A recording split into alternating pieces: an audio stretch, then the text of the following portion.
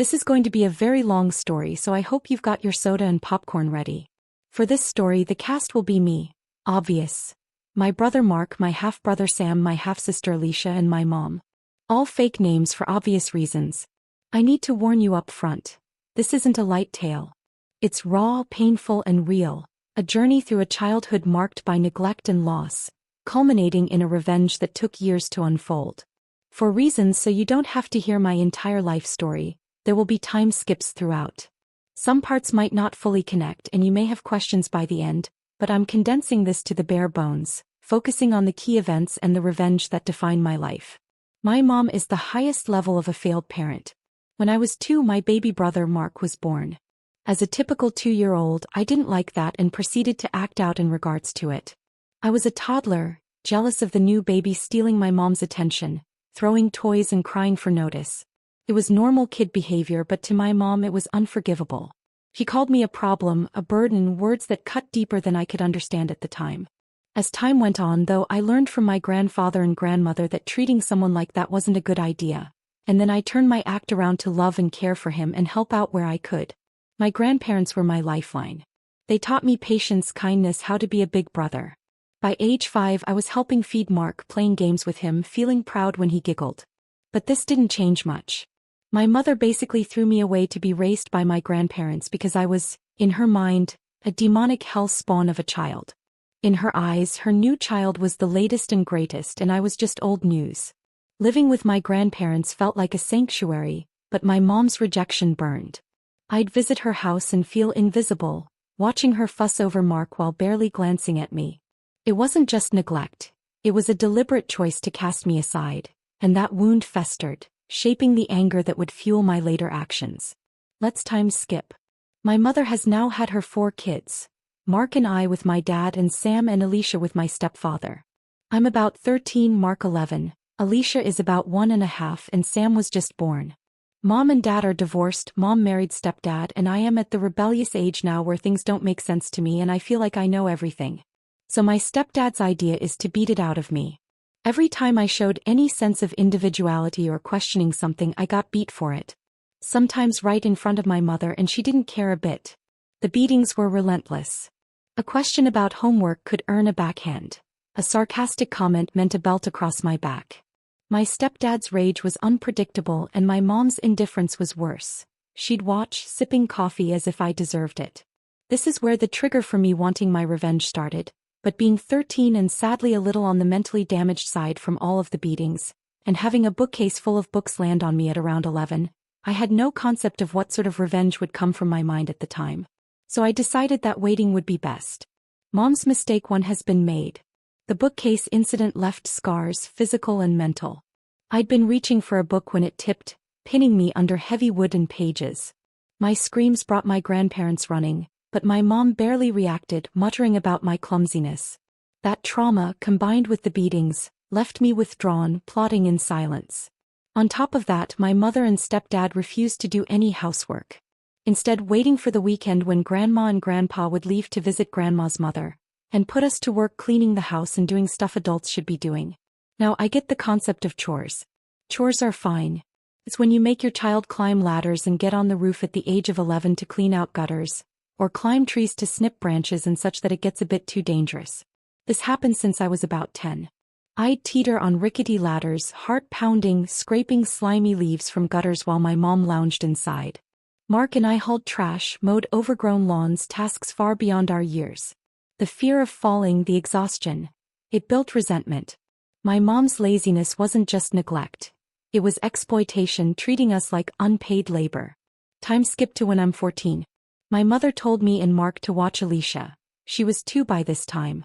Stepdad wanted to play video games, and when we weren't being bad in his eyes, he'd let us watch, but we were never allowed to play without him there watching us. I pop up while I'm sitting there and ask, "Where is Alicia?" Full-blown panic mode go. The room spun as Mark and I tore through the house, shouting her name. Stepdad goes to check my mom's room where she's sleeping with Sam, who she was up with all night. My dad was in the kitchen making himself something to eat while he was visiting, then freaked out and burnt his hand on the stovetop when everyone started freaking out, then started searching. Mark and I ran out back and looked around, saw nothing, didn't even think to check the pool, so we ran back inside and rummaged through the garage. Every second felt like an eternity, dread clawing at my chest. Next thing we hear my mother screaming at the top of her lungs, and we rush outside to find Alicia on the deck, not breathing, and my mother and stepdad trying to perform CPR on her. My father drags Mark and I away to go inside, and the ambulance is called. The paramedics' faces were grim as they worked. Needless to say, Alicia did not survive and they pulled the plug on her that night. Mom's mistake too has been made. The hospital was a blur of antiseptic smells and muffled sobs. Alicia's tiny body, so full of life just hours before, was gone. Mark and I clung to each other, guilt crushing us. Why didn't we check the pool? How did we miss her? My mom's wails echoed, but I couldn't look at her. Her negligence had led to this. Mark and I were devastated. Being the teenager I was and the preteen he was, we immediately blamed ourselves, and our grandparents assured us that it wasn't our fault or responsibility, and that we need to know this isn't on us. A week later, Child Protective Services got word and came, and my father, in his infinite wisdom, initiated a custody battle with my mother after this, claiming she wasn't capable of caring for her children and won temporarily. My grandparents believed we belonged with our mother and fought back. My mom ultimately won us back.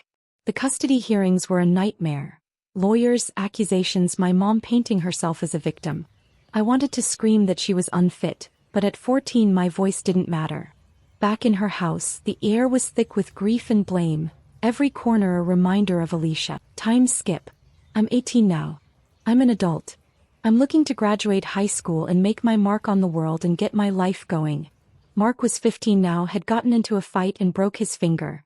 It had to be repaired with pins and screws and was on some pretty hefty pain medicine. I don't remember the name. It was my mother's job to watch him and regulate his pain medicine so nothing bad would happen. Sadly, that bad thing did happen. Grandfather picked me up from school one day, his face heavy with sorrow. We showed up to the house, and as we were walking up I could see the paramedics rolling a stretcher with a body bag on it. Mark had died from a drug overdose at the age of 15 because my mother wasn't watching him like she should have been. That was the final straw. The world stopped. Mark, my partner in crime, my little brother who I'd sworn to protect, was gone. I fell to my knees, sobbing as the stretcher rolled past. My mom's neglect had stolen another sibling, her carelessness lethal. The rage inside me solidified into a vow. She would pay. At that moment my family was divided. My dad's side and my mother's side. My mother had my grandparents who I was living with at the time, and my father had me and his family. I sided with my father completely, his argument being that had she been a better mother, Mark would still be alive. And what's worse, Sam had been taken away by CPS and put in foster care. My mother was never allowed to raise children again, and I never saw my half-brother ever again. I was now an only child. My mother had destroyed the life I knew with her neglect. So I was going to ruin the rest of her life any way I could. Revenge time. This woman caused the deaths of 2 of my siblings, and I never got to see my living half-sibling again. Abused me mentally, emotionally, physically, took away my childhood, and every time I look at her, I can't help but seethe with unmitigated rage. The pain of loss, the scars from abuse, they fueled a fire that burned for years. The first revenge. My grandfather had basically been my best friend. He took me in, cared for me, taught me all sorts of different skills. He had one flaw though, he was too kind for his own good. Something my mother maliciously preyed on after the deaths in the family. My grandmother gave up hope and just diverted to his opinion on everything. So I made it a point that every time she tried, I challenged her on it in front of them, made sure she had to fight for what she wanted. I always lost, but I could see my constant meddling would get to her, irritate her. I wanted her to do something, I wanted her to hit me, harm me, give me a single reason. She never went that far, but she did break down crying multiple times. I'd confront her over small things, borrowing money, taking grandpa's time, knowing it wore her down. Her tears were a small victory, proof I could rattle her. Then I got lucky. She slipped at work, herniated a few of her discs, and messed her back up really badly. When I got the news, I grinned. Around this time, my stepdad had been imprisoned for doctor shopping, and my mother wanted a divorce from him. When she came home from the hospital, I would take her meds and hide them around the house and sometimes even throw them away. I wanted her to be in agony. I wanted her to suffer as much as possible, and she did. Her groans of pain as she searched for pills were music to my ears. I'd watch her limp, desperate, knowing I'd hidden her relief. A few months later she got into a car wreck, and the police found out she was on a hefty amount of her pain meds. She was charged with a DUI and put in jail for 6 months. I grinned and laughed once I got that news and proceeded to planning my next stage. She was in pain and behind bars. This was perfect. The second revenge. Time skip again after she got out of jail. We'll skip ahead a few years. She's now living with us. I'm officially in college. I did the stupid thing and took a year off between high school graduation and applying to a college, so my grandparents made me a deal. As long as I worked and was in school, I could stay with them free of charge. Who wouldn't take that deal? While my mother was in jail, I made it a point to shove all of her property into storage and made her room my room and turned my old living space into my gaming room. She had no choice but to sleep on the couch. I enjoyed every moment of her agonizing when she would get up from laying on the couch. Agonizing because the metal bars on it would press into her back as she slept. This was my revenge for some time. Slow and painful. Every morning I'd see her wince, clutching her back, and feel a grim satisfaction. She'd complain, but I'd shrug, claiming space was tight. It was petty, but each moment of her discomfort was a reminder of the childhood she stole. The third revenge. Time skip. We moved back to the old house we were all living in, and my mother has made her back worse through a series of mistakes and bad decisions. She had somehow convinced my grandparents to start illegally procuring drugs for her. She would make the connection with the dealer and they would shell out money to her for them. I argued with my grandparents to stop. It was illegal and it will land them all in jail if they got caught. My grandfather agreed, but my grandmother couldn't help but take care of her little girl and guilt my grandfather into it. I refused to be a part of it. I put in an anonymous tip into local law enforcement, but sadly nothing came of it. My revenge had failed this time, but I didn't know I would get the ultimate screw you in, because it came in the form of my most malicious, vindictive statement ever spoken. Plus, I was still messing with her, hiding her medications. It's childish, but sometimes you have to be a bit childish to get the point across. The final revenge. I am 31 now.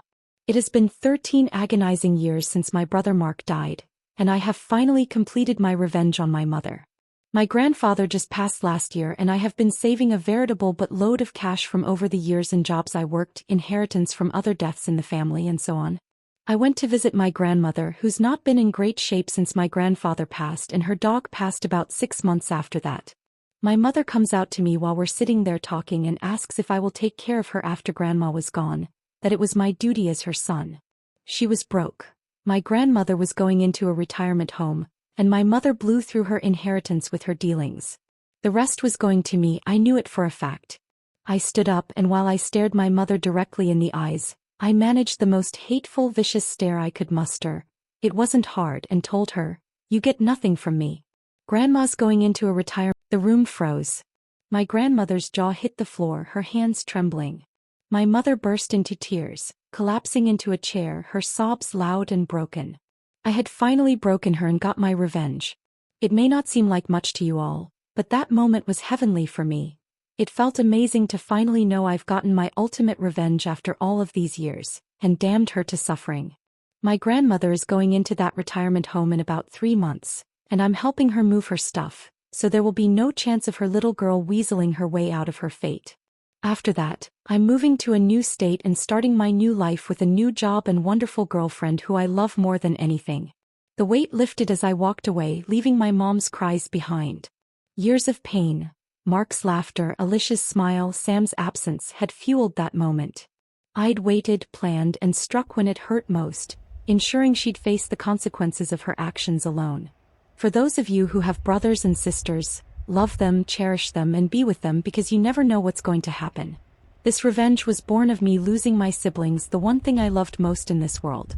Being an older brother was the happiest time in my life, and after they died and Sam was taken by CPS, I have had to suffer as an only child and still cry myself to sleep at night over it.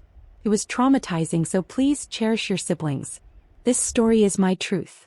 A childhood stolen, a family broken, and a revenge earned through years of pain. The losses of Mark and Alicia, the absence of Sam shaped me, but so did my grandparents' love. As I move forward, I carry their lessons, not my mother's failures. Thank you for listening.